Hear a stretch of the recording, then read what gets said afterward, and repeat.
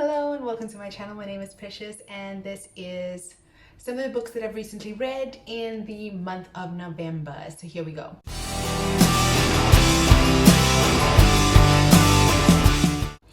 I'm gonna start with the novellas, so the shorter books that I read this month. They were not good. Okay, one was good. Jenica Snow kept to her usual standard, her basic, formula, which works well. It works well. But the others, not so great. They didn't work for me. So let's begin. The first novella that I read was Pure by Lena Lucas. I'm looking down at my notes. I'm sorry. By Lena Lucas. It is like a college romance. If you can call it a romance, if any romance happened at all in that book. I think it was like 52 pages of just, I don't know what happened. I read it and finished it just because I was like, okay, this is Jenica Snow without any build-up. So we meet Adria, who is an A+ student, and she tutors other kids in her college, or other people in her college, especially people in like the sports arena, because they have to keep their sports up in order to remain with their teams, yada yada yada. She's always had a crush on Xander St. James, and Xander's parents, thinking that he's failing one of his classes, sort of hooks up an interaction between Adria and what is his name, Xander, for a little tutoring session. Literally, there's the setup for the lesson. There's a bit of flirting on a regular day, like he's all alpha-y when she's tutoring another guy at his like student accommodation or whatever it's called, and the next thing they are sleeping together. That's the long and short of it. That was the entire book. And then there was a happily ever after sort of epilogue with them getting married and having kids, I think. Forgettable, kind of. I think if you're looking for something like a palette cleanser, because that's what I use these novellas as and for, then this is great and a great option for you. However, if you're looking for romance, no. The next novella that I picked up was a Jenica Snow book. It was The Recluse. The Recluse is about a oiling billionaire guy who is a recluse. Oh my god. And he is living in the woods, in the cabin somewhere, and he puts an ad out in the paper for someone to sort of become the home carer, domestic person in his home, to sort of look after the upkeep of his house. And Kitty applies for the job, but instead of like relishing her packing a whole lot of lies into her visa, into her CV,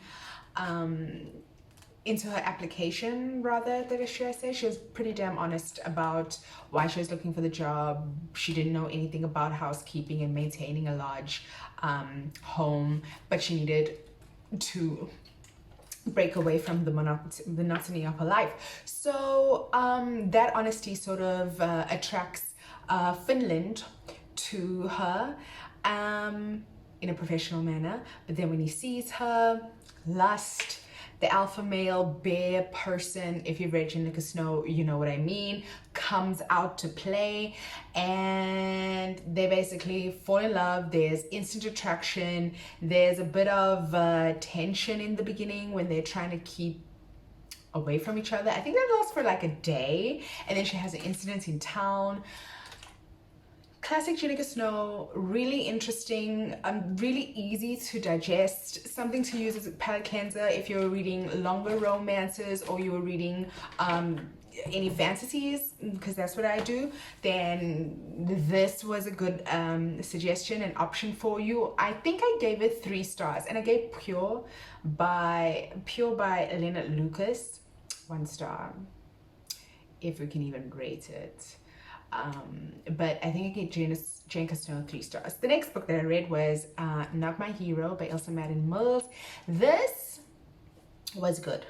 This was good.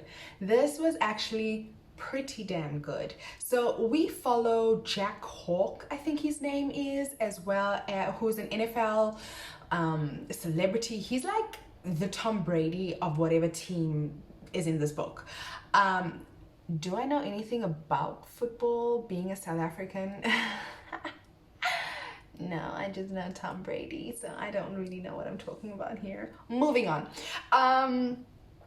He is chilling at his favorite spot, a restaurant that I think he owns in the book, and somebody comes up to him, takes a seat at the same table as him. Now, he's a celebrity. He's like apprehensive when people do this. He's thinking, okay, this is gonna be another fan asking for an autograph. And he's like the most hated player on his team because he missed some kick. I don't know, whatever. He missed something, so he's kind of not very popular at the moment. And in walks in this really beautiful, curvy, curvy little lady, and she, who is our hero, what is her name again? Elena was supposed to be on a blind date with a guy or man, with a man wearing a blue shirt and something, and Jack happens to be wearing those items or similar items. So she assumed that it's him. She takes a seat, she starts talking to him, they start interacting, and he has an inkling that he's not who she came to see. However, he's not quite sure. Maybe she's coming onto him because he is Jack Hawk, the NFL quarterback or whatnot. I don't even know his position. I'm just saying quarterback because that's what lingo that I hear often. He keeps talking to her, but then they sort of make a connection. They find each other attractive, and Elena's trying to sort of get over an ex-boyfriend, and they have a one-night stand. That's when the chaos ensues. He tries to be honest with her about who he really is, but he sort of flounders. He gets somebody else to tell her. And then he tries to sort of insinuate himself into, not really, it happens organically. It does happen organically, the way he sort of falls or shows up in her space and area because of a certain situation that happened that sort of demonized him in his community or in the football community, a misunderstanding that you'll see in the book. And they spend time to each other, but there's a physical attraction, but he has a lot of baggage, being a celebrity, being somebody who's been burnt by somebody, celebrity chasing and fame chasing. So he's not really willing to open himself up to be in a relationship, and it's totally understandable and it totally made sense. So this was really interesting because I don't really read a lot of romance with a celebrity focus. I read one country music one a while ago, and don't even know what it's called. I have no idea, and I didn't like it. But this one was really, really good because you kind of understand his background and in the things that recently happened to him, why he's not really willing to like jump into a relationship, even though he's totally into Elena. It's really difficult for him to let go and open himself up to another person, but they eventually do. This book, I think I gave it 4 stars. It was really, really great. Elena was like her own person. She wasn't just a caricature as in, you know, usual romances. She was a librarian, yes, kind of cute with spectacles. However, she also had a side gig as designing weird and wacky suede lingerie. I don't know, sequined lingerie that changes colors and patterns. You do you, boo. You do you, boo. And they have you know, they get through it through just talking to each other and him opening up a little by little, because you kind of have to open up in the end. And it was very organic, very realistic, and I really, really enjoyed it. I thought I was gonna hate it. But I didn't. The next book that I read was A Deal with the Elf King by Elise Kova. I did a review for it. I think it's spoiler free. You can check it out on my channel. I really enjoyed their book. I gave it a 3-star because it was very, very enjoyable. It was really, it stuck with the romance fantasy tropes. However, it was standard. It was the standard, what you expect. It didn't really stray off the path of what we know. Elf King comes to take a young maiden back to his world and they end up together, but I did like it, and yes, it was a cover buy. Yes, it was a cover buy. Oh, there's one more novella that I read. Jessica Cain, Queen Sized. Jessica Cain is going into territories that we didn't think that she would.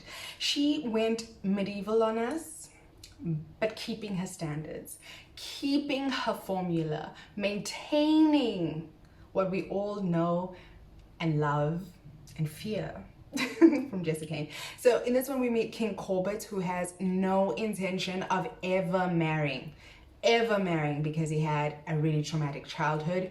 And in comes Lady Gwen, curvaceous, don't know what that means, wasn't really specified properly, but she was more curvier and bigger than the other ladies because she's a farmer and she tends and tills to her farm, and she goes to this fair looking for a husband. You have to participate in some game. All the single women have to participate in some game where when you win this game or you do well in this game or contest, men sort of see your, kind of gross when I think about it, kind of gross.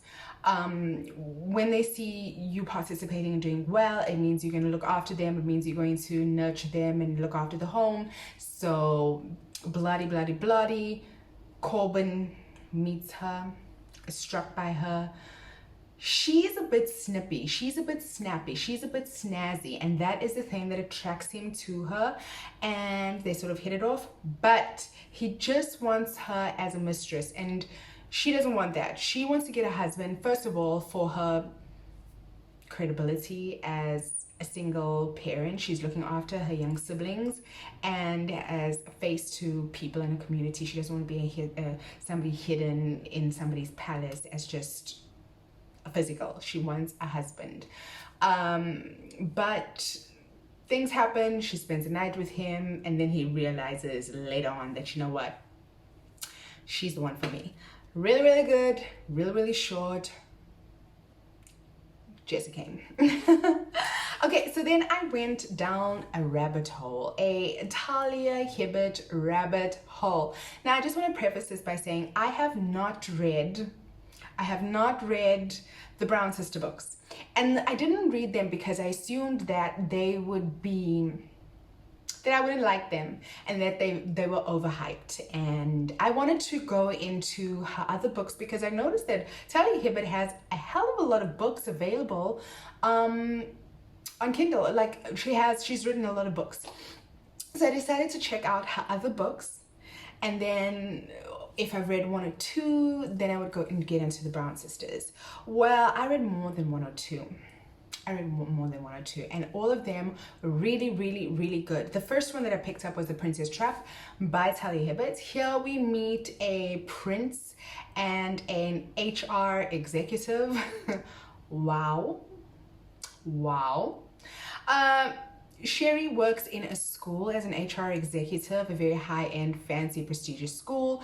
And one day she meets the prince who's coming to interview the school and found out more about the school so he can become a benefactor, because that's what he does. He he's a beneficiary for different schools, but he has a sort of criteria, and he's not really gelling with the school a lot.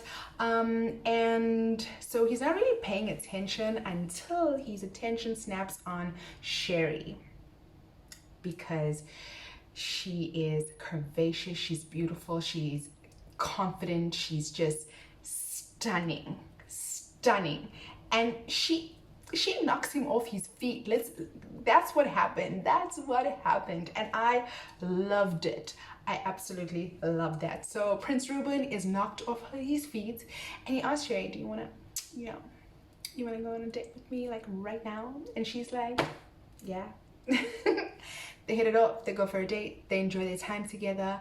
and then things get steamy. Things get steamy where they're not supposed to get steamy. The paparazzi show up. It's a whole drama. Prince Ruben has history. He has history. So this whole scandal sort of is on the cusp of blowing up, and his brother, the king, is not a really particularly good person and has been using things to undermine Ruben and his life. Then, you know, you would think this is just another royal romance. No, it's not. No, it's not, because Talia Hibbert doesn't do basic. She doesn't do basic. Like, no. This was my introduction to Talia Hibbert not doing basic. They decide to pretend to be fiancés. Trope I love. Fake marriage, fake engagement, fake fiance. They're going to do this for 1 year. She needs the money because her sister's not well and she needs to deal with the hospital bills. So she goes to the prince's country. She stays with the prince. There's chemistry, but she's still kind of pissed. She's pissed because she's in a situation that she never planned on. But the thing about this story is they both have insecurities that are so realistic and so human and are not romance tropey situations. You know, Ruben has a bully for a brother, the king. The king is a bully as well as his sister Sophia. They have been bullying Ruben for a while because of things that had nothing to do with Ruben in the first place, situations that occurred to all of them as children and had nobody to blame. But I understand that when there is a loss in the family, you know, different individuals will deal with that in different ways. But the ways that Ruben's brother dealt with it was kind of horrible. They basically bullied Ruben. And then we have Sherry. Sherry is supposed to be this confident, vivacious, curvy black girl, but she has her own insecurities. She has acne. She covers it up with thick makeup. She tries to put on this facade. Guys, when I was reading this, I was like, welcome to planet Earth. Yes, I loved it. The representation in this was spectacular. I know not a lot of people really loved this, but this is stunning. This is stunning. I love the conclusion. I love the tension. I love their bickering, but they always sort of came together because they needed each other to support each other for various reasons. Sherry with her physical insecurities and Ruben with his emotional insecurities. This was stunning. Stunning. The next book that I read by Talia Hibbert was Mating the Huntress. Mating the Huntress, I was kind of like, paranormal romance is not really my thing. I've been burnt before. So I read The Princess Trap first, and I was like, do I really?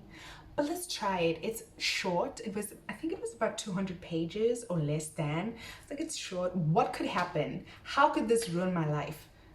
It didn't. It was excellent. It's phenomenal. Again, it's set in a paranormal world. We have a werewolf and we have a huntress who hunts werewolves. But they both have their different issues that they're dealing with. She wants the confidence to become a huntress because she believes nobody believes in her, but they're protecting her. Her family's protecting her from this curse that you'll find out about when you're reading. And Luke is, what's his insecurity? He doesn't really have any, I think. Yeah, I forgot. But he's found his mates, he's found his sense, and it happens to be the huntress. There was chemistry, there was understanding, because she had to like check herself. She had to check herself, and I'm talking about Chastity, who is the love interest, the female love interest, the huntress. She had to check herself because she's hunting these werewolves. She knows nothing about them. She's just like, you're a werewolf, you need to die. But there's different types of werewolves, and that's what Luke educates her on. There's different kinds of people. You don't just go ahead killing people and stabbing people. And she has to check herself and realize Luke is a person. He's not what she assumed werewolves are, and then the romance ensues. My favorite, there's so many funny moments in this. I have so many favorites. I was about to spoil. I had to check myself. Read this. I totally recommend it. It was excellent. It was excellent. The next one that I read by Talia Hibbert. Okay, this one didn't hit me in the same manner that the other two did. It was good. It was just, I felt like it was missing something. I have no idea. But this is an office romance. It's called Mad for the Boss. It is an Asian man, black woman, office romance. Ooh, I haven't read anything like this. But forget their nationalities and their race, whatever. It had nothing to do with that. It had to do, again, with human issues and insecurities and issues. Okay, the reason why I didn't particularly, well, let me first tell you what this book is about. So, this is an office romance between Theo and Jennifer. Jennifer works in a department, I think she's a yes. She's a reporter in a she's a social media manager in an advertising company, one which Theo is part of the managing directors. And one day, it happens to a lot of us women, we get that annoying male work colleague is always flirting and being annoying. So she quickly sends an email to her manager, who she has a really close relationship with, just sort of like, look at this clown, you know, he's here again. However, she accidentally sends it to Theo. Oops. Theo responds. They start this cute banter back and forth by email, and then he asked to meet her, only because he liked the way they were speaking, and he also wants to deal with the issue of the person annoying women in his office, because it's not cool. But when he meets her, he's immediately attracted to her. They have this situation in the office, almost. But Theo is immediately hooked. Jennifer has past issues. She's dealt with a lot. She's had a really difficult life. So she doesn't want to expose herself to office gossip. So she wants to keep this relationship sort of compact in between the two of them, because she really needs this job and she doesn't want to have a bad, she doesn't want to be office gossip. So she tries to keep the relationship under wraps. Theo was super understanding, like unrealistically understanding. That's where I got lost. He didn't get upset. He didn't lose his temper. He didn't question any of the boundaries that she set. There was a contract, and they, yes. They brought up 50 Shades of Grey in a kind of hilarious, funny situation. But that's my only issue with it. Theo was super understanding, even when she was really being selfish.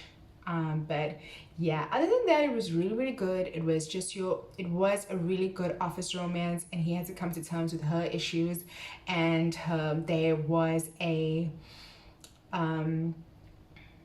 situation that happened with somebody seeking revenge on Jennifer. That was kind of interesting. It didn't come from nowhere. It was kind of part of the story, because you know how sometimes in romances there'll be like a whole lot of unnecessary drama that comes out of nowhere, but this kind of fits with the story. The only issue that I had with Bad for the Boss was Theo. He was just super nice, like super nice. Like, that's not natural. No. The next one that I picked up was A Girl Like Her. This was also another amazing Talia Hibbert book. This follows Ruth, who is, or I think she is autistic, but yeah, she has yeah, I think she is autistic. And Evan, who is ex-military, coming into a small town, trying to start his life over again after, after the military, trying to get back into a normal routine. He's a blacksmith. He's working at the local smithy. What do you call it? I have no idea. I'm not gonna Google it. No. He's blacksmithing. It's another interracial romance. Ruth is a woman of color. She's a black woman. Again, another curvy, but she's a nerd.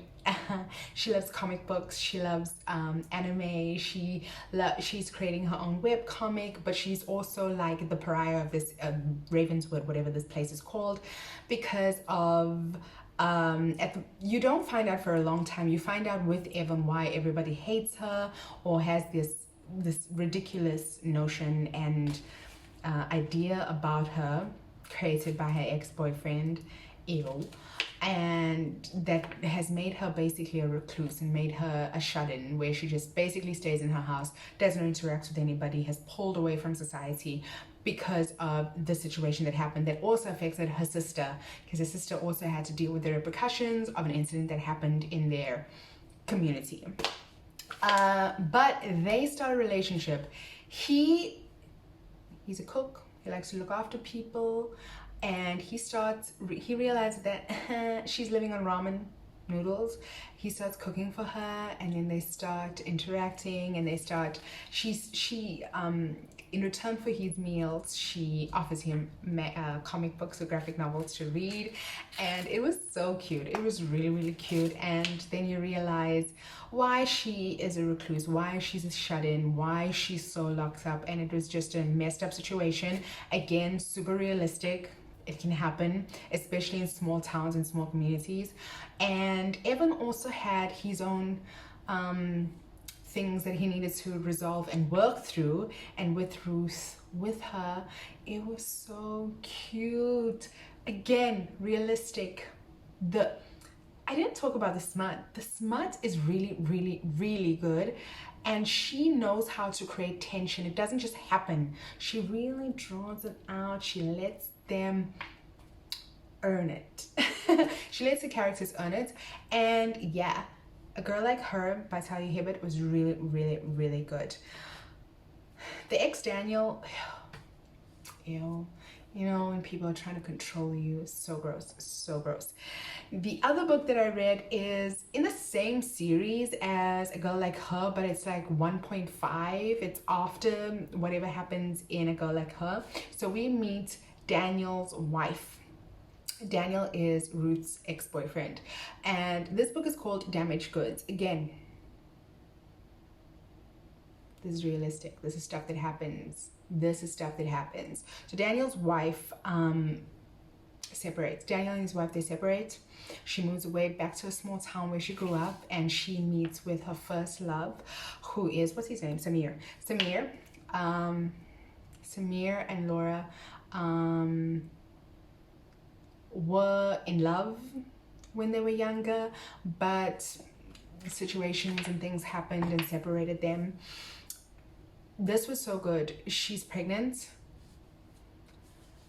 Second chance romance, dealing with, there are trigger warnings for sexual assault, abuse. It was crazy. Daniel, you are annoying. And Samir had his own issues as well, dealing with toxic family members, and they both had toxic family members actually. But Samir was able, because he's dealt with it in the past, able to identify it, immediately, and also able to help her heal, because it's stuff that he's been through, some of it, sort of, and so he could identify it with her. And he was totally infatuated and in love with Laura because, first love. This was really good. This was a small town second chance romance. It was excellent, and yeah, I really enjoyed it. It was it made me cry a little bit, because just what she has been through, her relationship. And you know, when they are, this is something not touched on in a lot of romances, especially romances where there is somebody who is more who brings more to the table in terms of finances in the relationship, that there are other factors other than this perfect life that they're going to build together. You know, some families and some family members will just see the coin and the gold and the glitter, and they won't really take into account what else comes along with that. And in this book, you saw that people, her family questioning her, her own family, her own sister questioning, like, you know, your husband wouldn't do that. Like, how would they know? Do they live with him? Like, those kind of questions really hurt, because when somebody says they are being hurt or assaulted, or you assume the first person who's going to be in your corner is your family, but not always. Not always. And that's what's highlighted in this book as well. I think that, yeah, those are all the books that I read in November so far. I enjoyed Talia Hibbert. I think is such a strong author with a variety of different topics that she highlights in her books. I really enjoyed it, and I will be picking up the Brown Sisters soon. And I loved it. I loved my reading month this month. Right now, I'm trying to step back into fantasy. I'm trying to read. I was kind of putting off a lot of my fantasy reads because I was just like, I'm exhausted. I think the last fantasy I read was The Forgetting Moon. That was a lot, and I loved it, but it was just a lot. So now I'm back into it. I'm currently reading Mistborn and also Black Stone by Michael R. Fletcher. I think that's what it's called. And I'll give you a wrap up of those when I'm done. Thank you very much for joining me, and if there's any suggestions on books that you really enjoyed, please let me know so I can also pick them up. Catch you next time. Bye.